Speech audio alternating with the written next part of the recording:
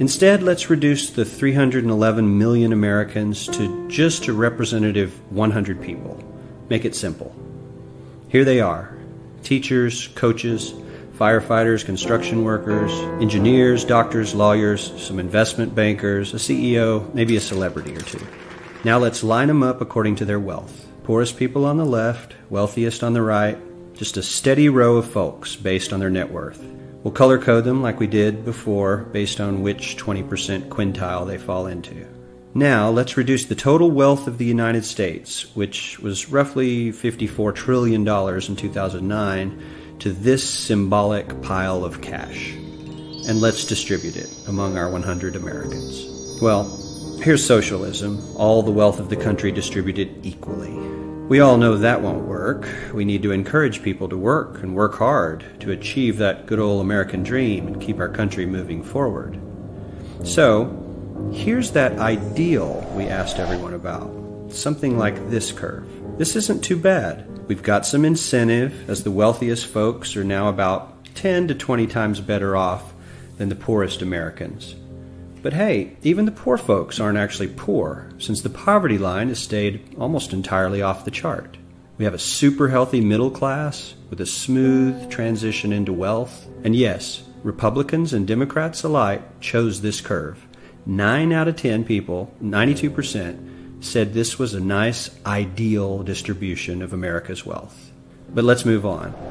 This is what people think America's wealth distribution actually looks like. Not as equitable, clearly, but for me, even this still looks pretty great. Yes, the poorest 20 to 30% are starting to suffer quite a lot compared to the ideal, and the middle class is certainly struggling more than they were, while the rich and wealthy are making roughly 100 times that of the poorest Americans, and about 10 times that of the still healthy middle class. Sadly, this isn't even close to the reality. Here is the actual distribution of wealth in America. The poorest Americans don't even register. They're down to pocket change, and the middle class is barely distinguishable from the poor. In fact, even the rich between the top 10 and 20 percentile are worse off. Only the top 10% are better off. And how much better off? So much better off that the top 2 to 5% are actually off the chart at this scale. And the top 1%, this guy, well, his stack of money stretches 10 times higher than we can show. Here's his stack of cash, restacked, all by itself. This is the top 1% we've been hearing so much about. So much green in his pockets that I have to give him a whole new column of his own, because he won't fit on my chart. 1% of America has 40% of all the nation's wealth. The bottom 80%, 8 out of every 10 people, or 80 out of these 100, only has 7% between them. And this has only gotten worse in the last 20 to 30 years. While the richest 1% take home almost a quarter of the national income today, in 1976, they took home only 9%, meaning their share of income has nearly tripled in the last 30 years. The top 1% own half the country's stocks, bonds, and mutual funds.